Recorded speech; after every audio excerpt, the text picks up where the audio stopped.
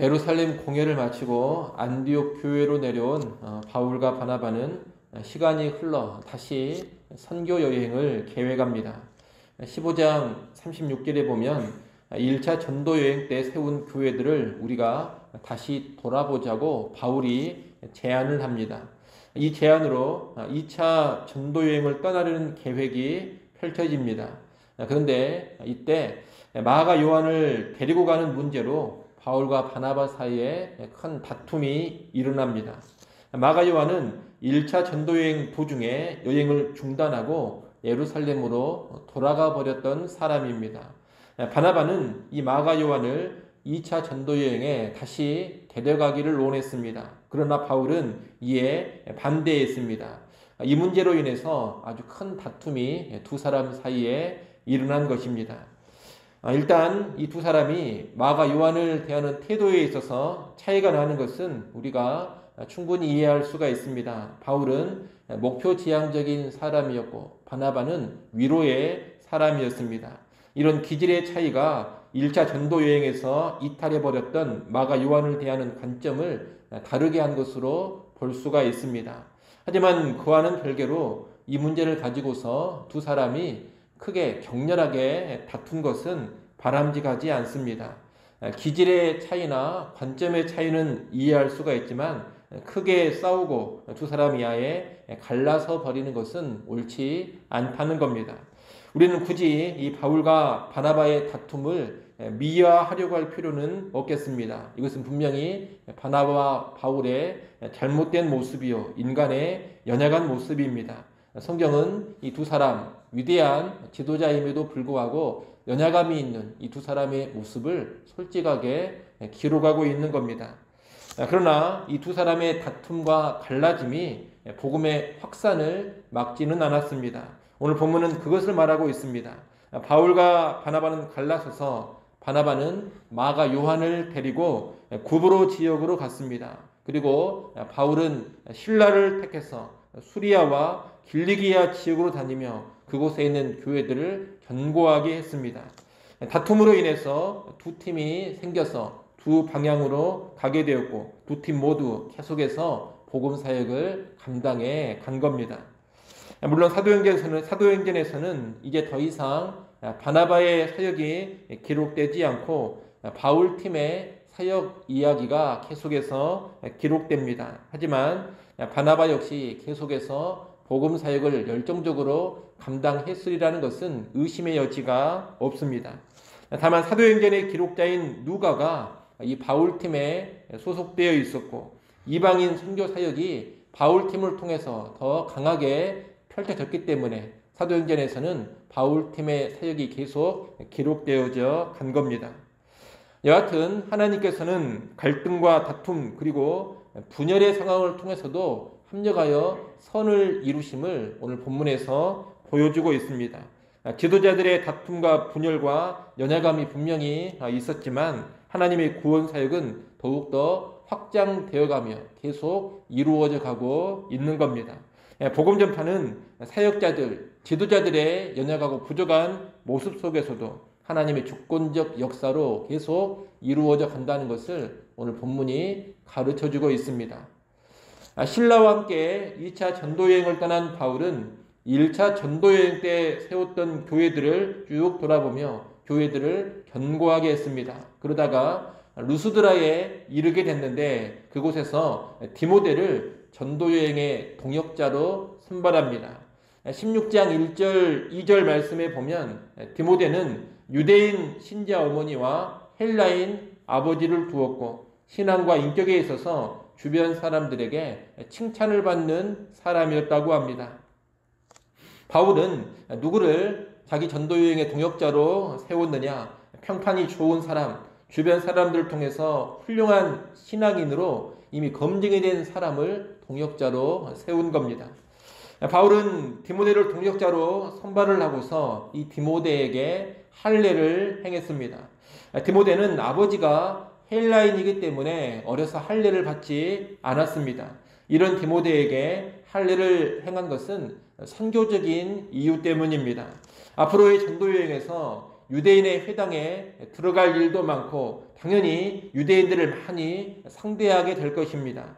그때 디모데의 무할례는 적대적인 유대인들의 비난과 공격 대상이 되기가 아주 쉽습니다.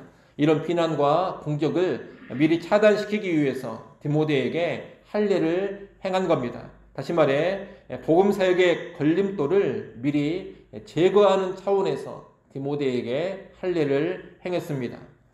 우리가 사도행전 15장에서 이미 봤습니다만 바울은 구원받기 위해 할례를 받아야 한다, 이런 주장에는 아주 강력하게 반대했습니다.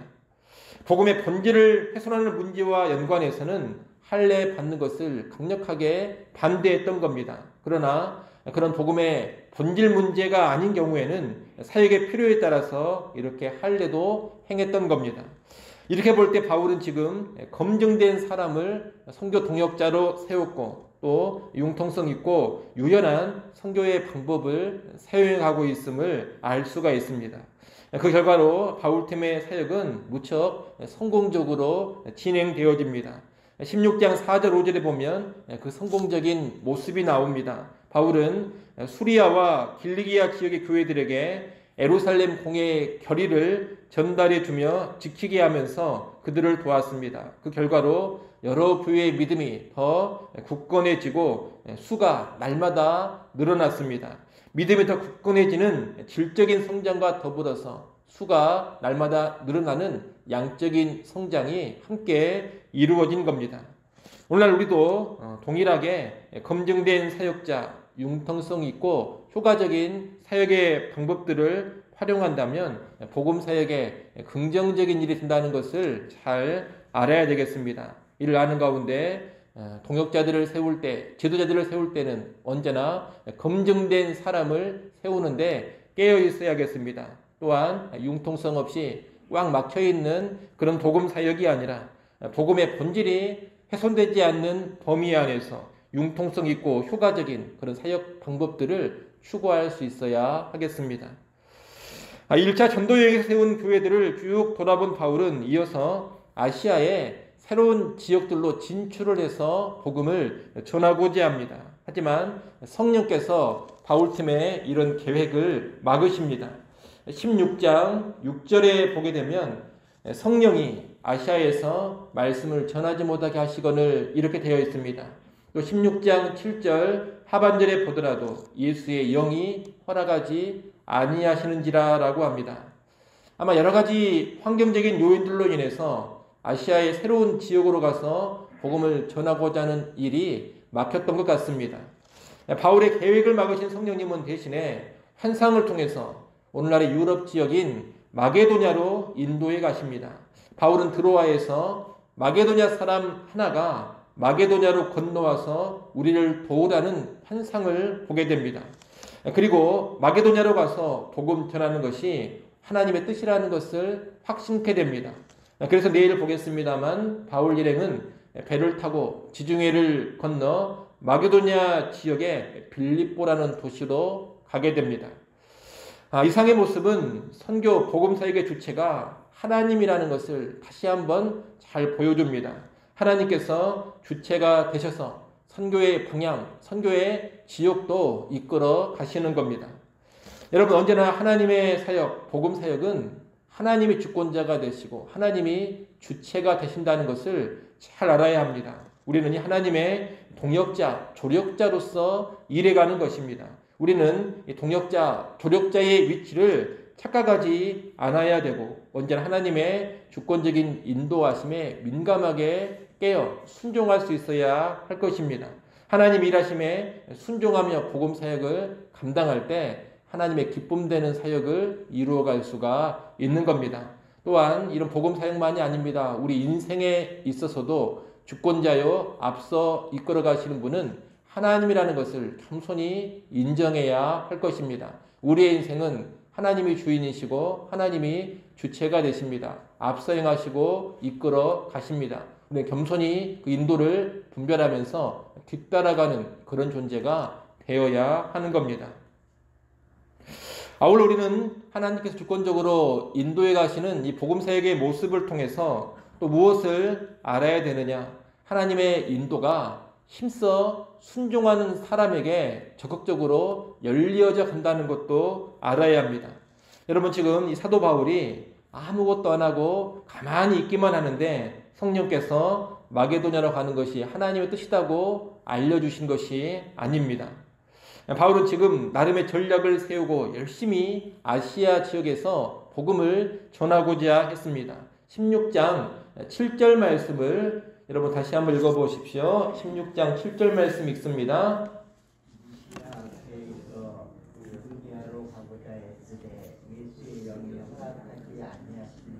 아멘. 여기 보면 예스데라는 말이 나옵니다. 바울은 지금 비두니아 지역으로 가서 복음을 전하려고 온갖 힘을 다하며 수고를 했다는 겁니다. 다시 말해 복음을 전하라는 하나님의 명령에 최선을 다해서 자기 편에서 순종을 하고 있습니다. 이렇게 예수 순종하는 바울에게 성령께서 새로운 길을 인도해 가신 겁니다.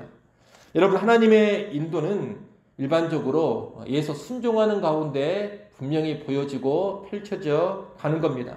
내가 아무것도 안 하고 가만히 있으면서 하나님의 뜻을 안다거나 하나님의 새로운 인도하심을 받아가는 일은 흔하지 않다는 겁니다. 여하튼 하나님 말씀에 내가 순종하기 위해서 지금 무엇이라도 하고 있고 주를 위해 살려고 기도하며 수고하고 애쓰는 사람에게 하나님의 인도가 확연하게 드러나는 것이고 섬세한 인도하심이 그 사람에게 보여지게 되는 겁니다. 주를 위해 애쓰는 사람에게 새로운 사역의 길도 열리는 것이고 새로운 꿈과 비전도 주시는 것이고 새로운 인생의 방향도 열어주시는 겁니다. 일을 하시고 가만히 있으면서 인도받고지 않은 어리석음을 버리시기를 바랍니다. 예서 순종하고 예서 섬기는 가운데 주의 인도하심 받음을 잘 깨달으시고 언제나 순종에 힘쓰는 우리 모두가 될 수 있기를 간절히 소원합니다. 기도하겠습니다.